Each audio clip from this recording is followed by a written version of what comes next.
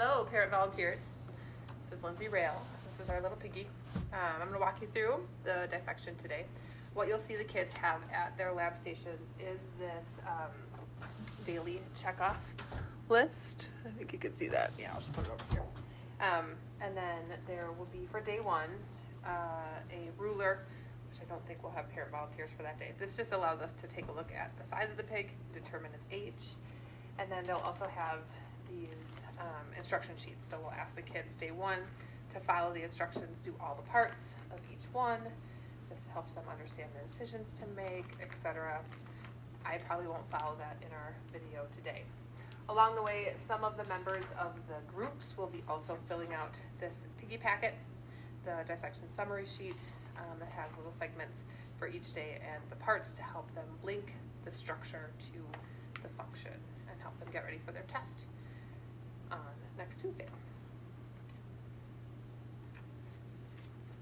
All right, so day one, what they will primarily be doing, and this will have been done before their volunteers come in, we'll be looking at the external anatomy. So we focus on the anterior region, the posterior region, the lower portion, the belly side, which we call ventral, and then the dorsal side, the back side.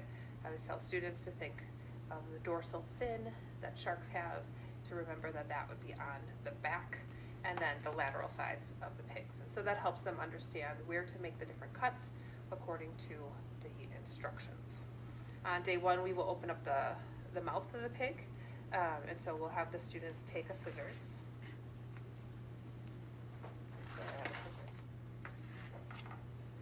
But the dissecting one, no? Oh, here it is. And they will go into the sides of the mouth and cut back pretty far. There'll be some crunching in order to open up the mouth appropriately. Back towards the ears, also known as pinnae, cutting through some of that tissue. And what that allows us to do is to see inside the pig's mouth. You can see the hard palate. We can see some of the prefrontal teeth that are forming, the tongue, and then under the teeth, or under the tongue, some more teeth. Now, to really get in there, what you need to do is take the mouth and open it up. This is where we get some juicy sounds. And so that allows us to get back and see some of the openings back here. And so you can see here that pharynx area, the shared space between the esophagus and trachea eventually, and then even further back, which I didn't quite cut well. Sorry if it's hard to see. One of the structures we have them know is the epiglottis. So that's this rigid cartilage structure tucked in the way back of the mouth there. And what that flap does is it covers the trachea to not allow food or water to go into the air pipe. We would want the food and the water to go into the flexible esophagus that would be next to this and travel back behind the heart. These are the nostrils and the nares and the eyes, but the main thing we're looking at here would be that esophagus and tongue inside the mouth. All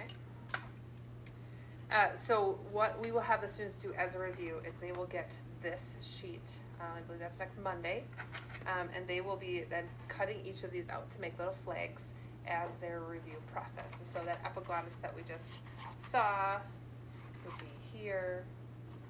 And what they'll do is they will take little pins, poke it through that, and then poke it into the structure. And so one of the main things we'll be having you volunteers do is help to make sure that they've got their pins with their flags in the correct location and the correct structures. Okay. The rest of the stuff that we will have them pin will be inside of the pig, and the best way to get to that is by tying the pig, or just meaning to hog-tied. So what we'll do is we'll tie it on with knots one of the arms. Make sure that that's still running. Be in good shape. Scoot this way just a little bit. This way? Mm-hmm. We in? Okay. Yep. And then the other side you don't actually have to tie on all the way you can, but you are able to simply wind it around a couple times and that should hold it open. What that does is as we open up the pig a little bit more and there's more or less tension on here, then we can eventually tie it on completely when it will be at its right amount.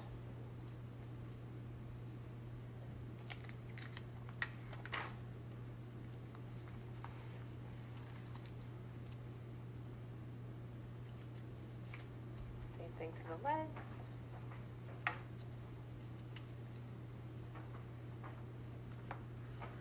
Wrapping around the bottom of the dissecting tray.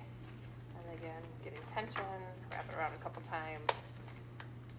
This allows the skin to be a little bit tighter when we make our actual cuts.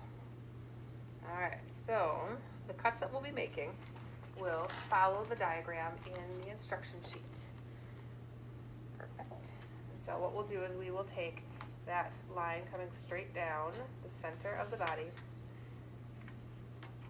We'll teach our students to make short, shallow cuts through the soft tissue. We don't want to dig in as to not be puncturing or breaking through the organs that are below. So that first line goes here, and then we'll go kind of up and around where the umbilical cord attached to the piggy.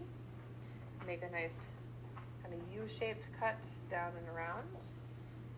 And starting off with those short, shallow cuts, eventually being able to go deeper with additional cuts or getting in there with the scissors after the fact.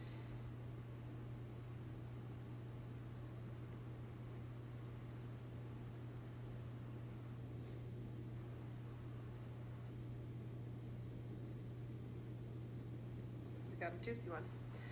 The additional cuts will then be from the bottom of the U out to the side on each of the legs, and then again from right underneath the arms, and then we'll do another one up here to open up the neck region.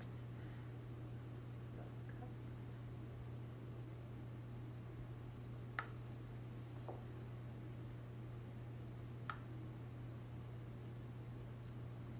Cutting through the muscle, the skin tissue.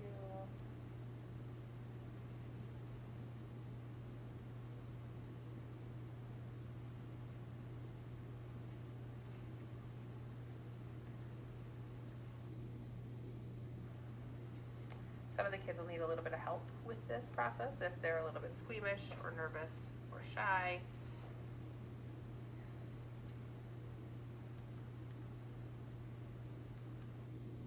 And we try to put groups together in a cooperative fashion so that there's a surgeon in each group, someone who's real excited to get into the pig and start cutting things open, an assistant surgeon who isn't afraid of the pig but maybe doesn't want to do all of the cutting. And then we try to add in a couple other roles for those who are a little bit more nervous about the dissection. So there's a recorder and a researcher, and those students will be filling out the piggy packets and then allowing the other students to get that information later as they are gloved and unable to really write during that time.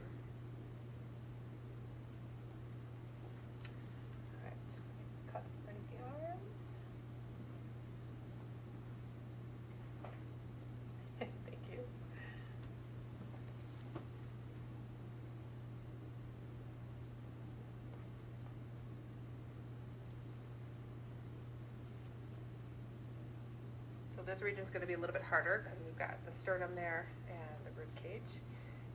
It's a fetal pig, so it's still pretty easy to get through those structures. We need to do some cracking of the bones and cartilage. Still be forming in the bones.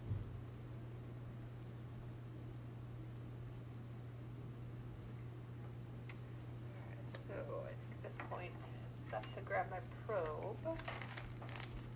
Here it is, hiding under the piggy. So a lot of times I tell the students that they should use the probe to kind of tease away all of this tissue, the peritoneum that covers the other structures, and when they come across different areas that might need some more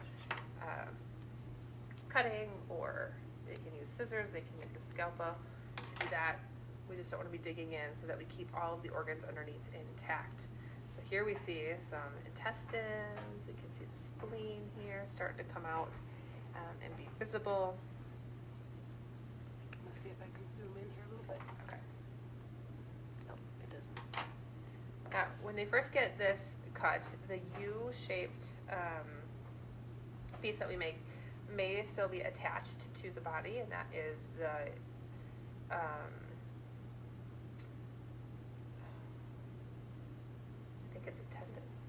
actually blanking on what it is. They can go ahead and just cut this piece directly from that.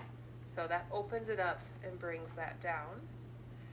And then we're going to continue to open up the rest of the pig, cutting through the diaphragm, which is the muscular respiratory organ that helps to allow us to fill our lungs.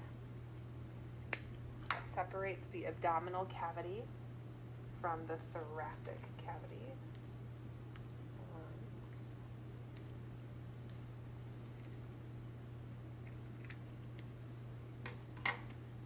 Now, ideally when we get to this point, they can start to use some pins, and so we recommend that they go kind of backwards towards the body to hold open the flaps of the pig. This allows them to see all the parts so much better, and it's at this point if they wanted to kind of unwind their pig and tighten it up a little bit, they could do that too, or make the final knots.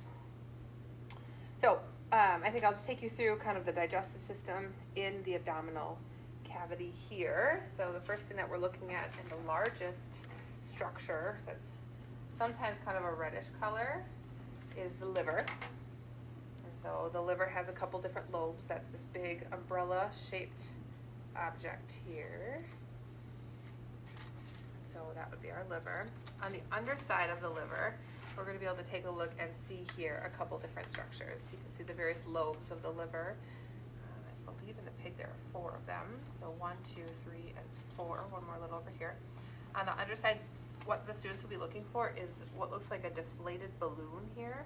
Kind of has a little bit of a greenish color, and that is the gallbladder, or bile storage.